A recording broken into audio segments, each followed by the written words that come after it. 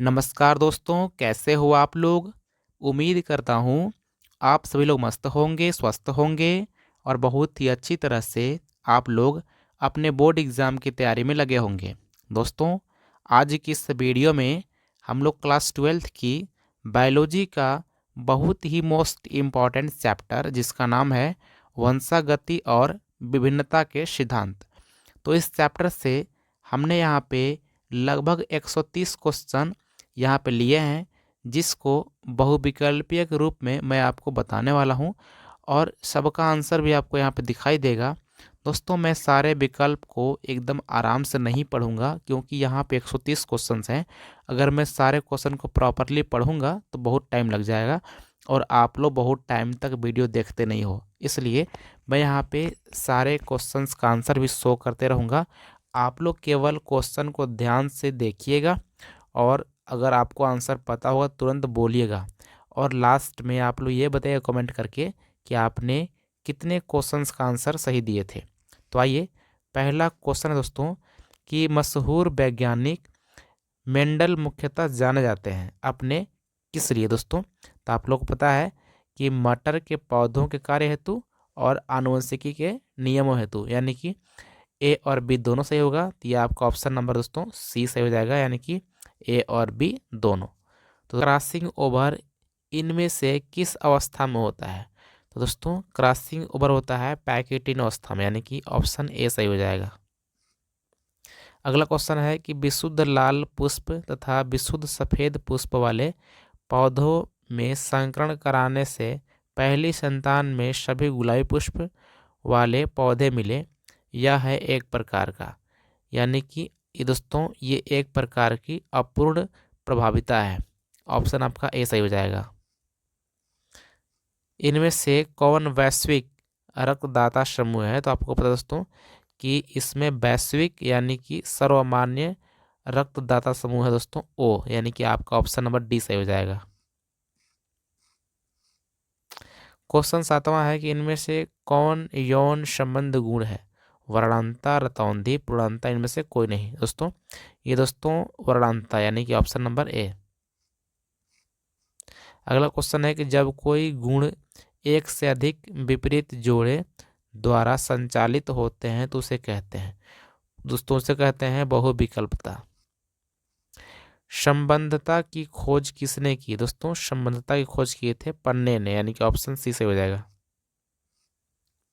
अगला क्वेश्चन है कि मेंडल के प्रस्तावित किया, यानी कि मेंडल ने क्या प्रस्तावित किया था? तो दोस्तों, यहाँ के ऑप्शन के अनुसार हो जाएगा आनुवंशिकी के नियम।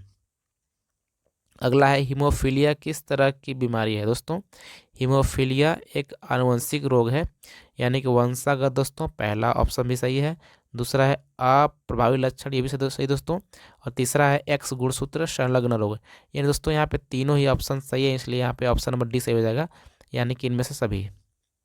अगला क्वेश्चन है कि द्विसंकर क्रॉस में अनुलक्षणी यानी कि फिनोटाइप अनुपात होता है दोस्तों। तो ये दोस्तों होता है 3:1। अगला क्वेश्चन है कि युग्मन एवं विकर्षण के सिद्धांत को किसने प्रतिपादित किया? तो दोस्तों बेटसन एवं पनेट ने। अगला क्वेश्चन है एक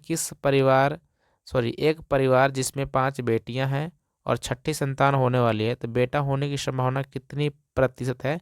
तो जैसा कि इससे पहले मैंने बोला था कि हमेशा 50% ही होता है, तो आपका ऑप्शन नंबर सी सही हो जाएगा।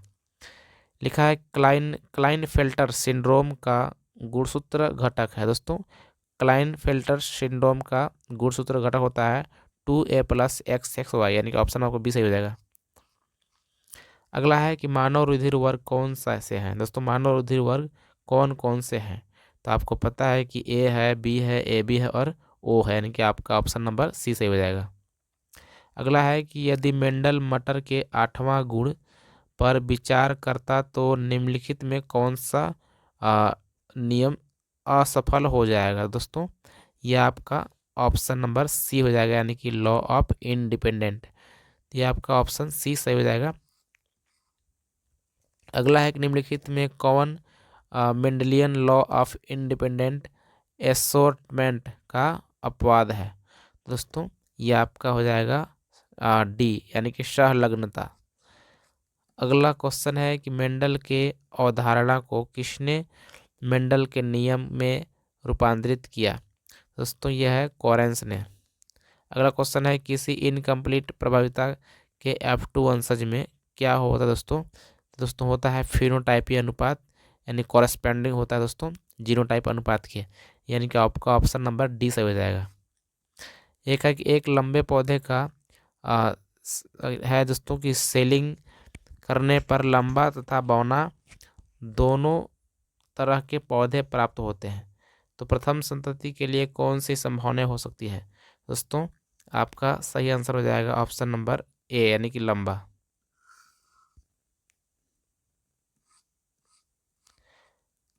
अगला क्वेश्चन है कि निम्नलिखित में कौन संतति क्रॉस फिनोटाइपिकली समान होते हैं दोस्तों। यह है ऑप्शन नंबर डी, देख लीजिएगा, यानी कि कैपिटल W कैपिटल W और स्मॉल w। देखते हैं ऑप्शन नंबर 23। लिखा है कि जो भी दोस्तों आप क्वेश्चन ध्यान से पढ़ लीजिए और इसका ऑप्शन हो जाएगा डी से हो जाएगा, यानी कि 4। निम्नलिखित में से कौन सा लिखा है कि 16 विभिन्न युग्मक उत्पन्न करेगा। तो दोस्तों इसका सही आंसर हो जाएगा ऑप्शन बी,